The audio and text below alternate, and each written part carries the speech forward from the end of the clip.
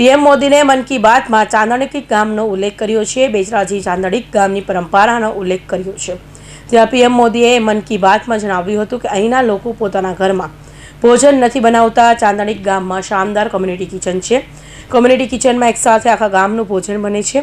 ગામના બધા લોકો એકસાથે બેસીને ભોજન કરે છે। છેલ્લા 15 વર્ષથી ગામમાં પરંપરા ચાલી રહી છે। તેમજ બીમાર વ્યક્તિ માટે ટિફિન સર્વિસ પણ ઉપલબ્ધ છે। ગામમાં સામૂહિક ભોજન લોકોને આનંદ આપે છે। આ પહેલ ગામના લોકોએ પરસ્પર જોડે છે। આ પહેલથી પારિવારિક ભાવનાને પ્રોત્સાહન મળે છે। મહેસાણા જિલ્લાના બહુચરાજી તાલુકામાં આવેલા ચાંદણી ગામે વડીલોના દેખભાળ કરવાની ચિંતામાંથી મુક્ત કરી અન્ય ગામોને પ્રેરણા પૂરી પાડી રહ્યું છે। ચાંદણી ગામના તમામ વૃદ્ધો આજે પણ એક જ રસોડે જમી સમાજને નવી રાહ ચીંધી રહ્યા છે।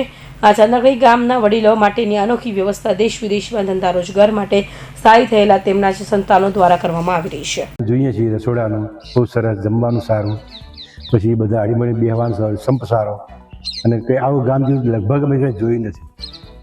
બહુ સરસ. બીજું ગામમાં શું જોવા મળ્યું તમને સારું? સાફ સફાઈ અને એ બધી દેખાઈ, ઝાડને વૃદ્ધિ, પછી સફાઈ, ઘરના પાણી પાય છે, સેવકો બધા સારું કામ કરે, બેસીએ હળીમળી વાત કરી, મજા આવે, આનંદ આવે કહીએ। ઘરડામાં આવી જાય તો 100 મહિના વધારે જીવે। આજથી 15 વર્ષ પહેલાં અમારા ગામમાં લગભગ ઉંમરલાયક માણસો જ બધા રહેતા હતા। છોકરાઓ બધા અમદાવાદ છે, કોઈક ઓસ્ટ્રેલિયા છે, અમેરિકા છે, આ બધે। એટલે હવે અહીંયા ડોહા-ડોશી લગભગ 60-70 વર્ષ ને 80 વર્ષ સુધીના બધા હતા। એટલે વિચાર કર્યો કે ભાઈ આ માટે એક રસોડું ખોલ્યું હોય તો બહુ મજા આવે। એટલે બધા છોકરાઓને વાત કરી, એટલે એ લોકોએ તૈયાર થઈ ગયા કે બરાબર છે આ માટે। અને ભવિષ્યમાં કોઈ પેલા ઘરડા ઘરમાં જવાનો વારો ના આવે। આ બધી વાતો એમને ધ્યાનમાં બેસી ગઈ, રસોડું ચાલુ કર્યું। ને રસોડામાં જે ફંડમાં લેવામાં આવે છે એ સ્વેચ્છાએ આપે છે, કોઈ ઉઘરાણું કરવામાં આવતું નથી। એટલે સ્વેચ્છાએ અમારા ઘરના છોકરાઓ બધા આપે છે અને રસોડું દુકાન ચાલે છે। આજે પણ ચાંદણી ગામમાં સવારના 11 વાગે ઘટના થતાં જ તમામ વૃદ્ધો ઘરના દરવાજો બંધ કરી ગામના પ્રવેશદ્વારની ડાબી બાજુ આવેલા ચંદ્રશેખર મહાદેવના મંદિરે પહોંચી જાય છે।